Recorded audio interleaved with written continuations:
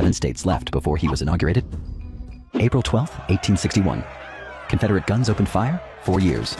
More Americans killed than every other war this country ever fought, combined. The North found Grant. One strategy: attack, keep attacking, do not stop.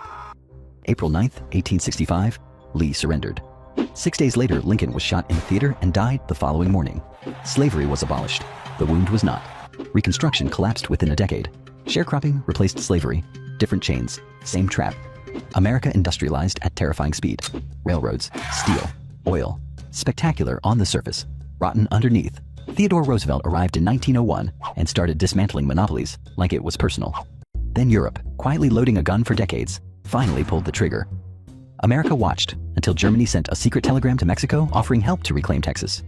Would you like Texas back? Also Arizona. Simply attack the United States. You're losing your own war in Europe. Britain intercepted it, walked it straight to Washington.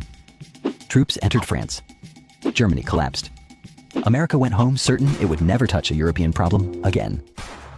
The 1920s roared. Then October 1929, the market collapsed and took everything. 15 million out of work. The Great Plains turned to dust. Roosevelt put millions back to work. It was not enough. Another world war ended it. December 7th, 1941.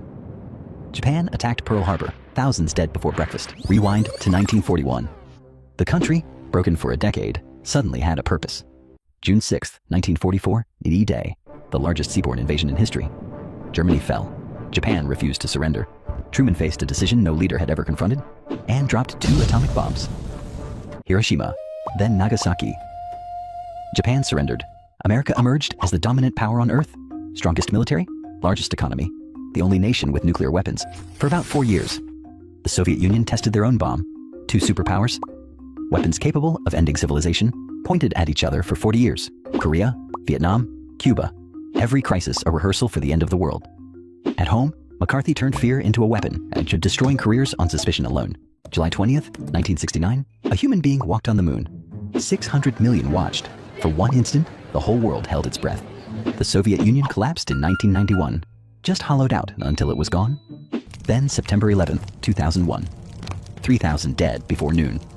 2 wars. One necessary. One built on intelligence that turned out to be wrong.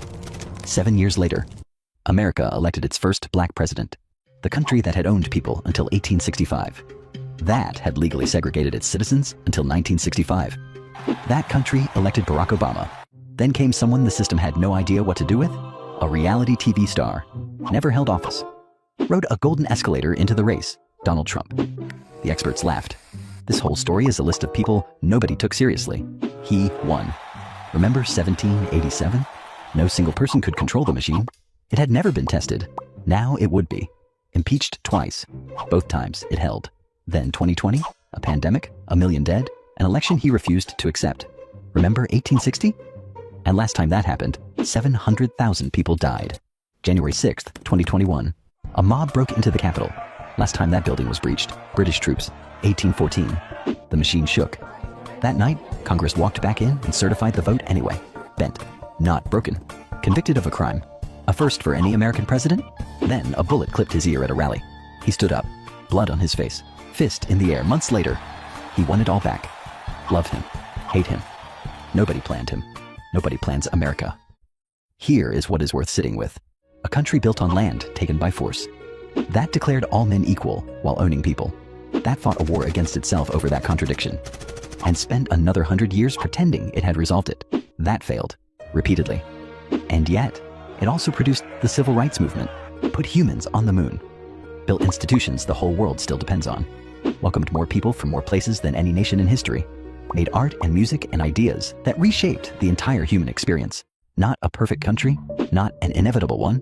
A country that got lucky, improvised constantly, made catastrophic mistakes, survived most of them, and kept being pushed toward becoming the place it claimed to be from the very beginning.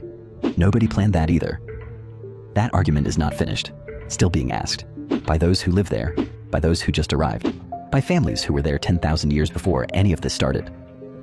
The story is not done.